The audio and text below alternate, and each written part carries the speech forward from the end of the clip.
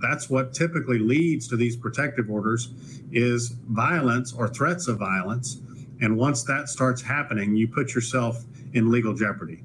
Do you know what to do if you're served with a protective order? Well, we're going to find out because that's what we're going to ask the lawyer today. Hi again, everybody. I'm Rob Rosenthal with AskTheLawyers.com, and my guest is attorney Sam Bassett from Austin, Texas. Sam, good to see you again. Thank you for making some time to help us out today.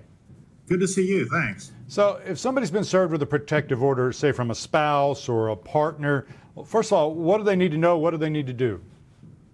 First and foremost, you need to follow the directions on the order that you're served. Typically, the order that you're served prohibits you from communicating or having contact with an individual or individuals or going to certain places. Usually a hearing is set within 10 to 14 days, and you just have to pay attention and follow the directions on the protective order to the T. So the person served, you said there's a hearing, so they're entitled to have a defense and they should have some representation when they do that? Yes, under Texas law and most laws, a protective order hearing is set where somebody can present their defense.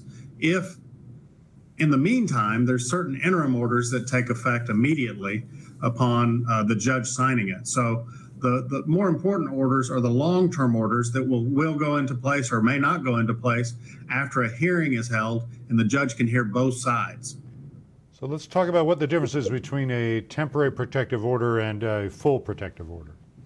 A temporary protective order is issued when a judge is presented facts, usually by one side, in the form of an affidavit or testimony, and the judge makes a preliminary determination that some protections need to be in place before pending a hearing. Okay. Now, a full protective order happens after a hearing where both sides are allowed to present their side, cross-examine witnesses, present evidence, and then the judge makes a decision on whether or not a protective order should issue.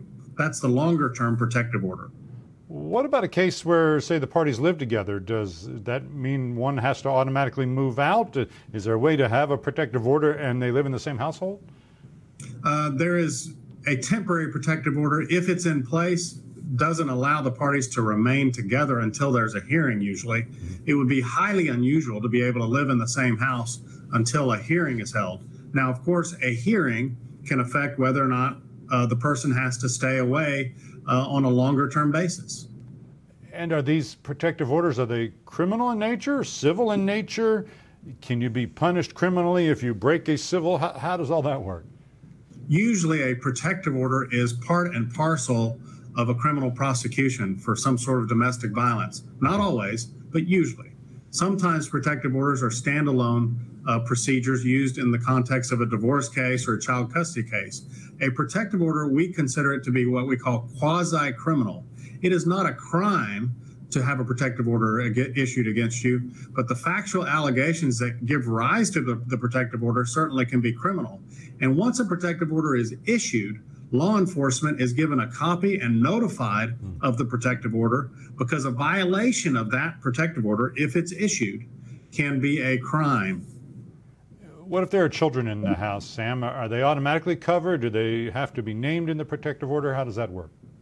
Almost always, if somebody is prohibited from having contact with a person, an adult, the children are included on the temporary basis. In the longer-term protective orders, we often negotiate some sort of visitation scenario if a protective order is issued where the person can pick up the children at a neutral location or have supervised visitation or have regular visitation just without contacting the parent. It's a wide variety of things happen with children in the longer-term protective orders, not too much differently than happens in divorces. What about, this just occurred to me, what about if the person named in the protective order has legally owned weapons? Can they have to surrender those as part of the order? Yes, if you have a hearing, a long-term protective order hearing, and the judge determines that a protective order is going to be put in place, you are prohibited from having any firearms in your possession, in your residence, or within your reach. And, Sam, you're a family law attorney and you're a criminal lawyer. What is your advice during these difficult times for people who may be going through some, having a little hard time with their home life right now? Do you have advice for people during all this? Well, the one thing that I tell people is if the conflict is escalating, you need to leave the situation. calm down. Even if you think you're absolutely correct and the other person's being wholly irrational, you need to just step back and try to avoid a situation where there may be a fight and allegations of violence or actual violence. Just get out of the situation. That's what typically leads to these protective orders, is violence or threats of violence. And once that starts happening, you put yourself in legal jeopardy.